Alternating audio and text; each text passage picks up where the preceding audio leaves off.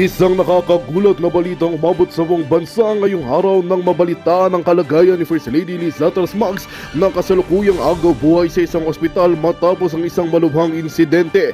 Ayon sa mga doktor, ang kondisyon ni Liza ay sanhi ng isang matinding stress at emosyonal na pagkabigla mula sa mga kaganapang naganap sa nakaraang linggo, kaugnay ng mga kontrobersyal na isyu na kinasasangkutan ng kanilang pamilya. Ang pangyayaring ito ay nagdulot ng kalungkutan at takot sa mga kamag-anak at taga-suporta ni Liza.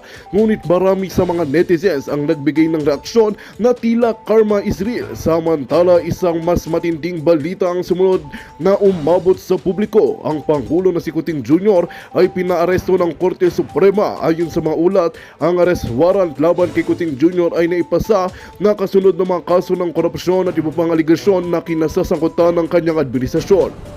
Ang desisyon ng Korte Suprema ay nagdulot ng matinding shock sa buong bansa na nagbigay daan sa mga reaksyon mula sa mga kritiko at taga-suporta ng Pangulo. Maraming nagulat sa mabilis na pag-aksyon ng Korte laban sa pinakamataas na opisyal ng bansa.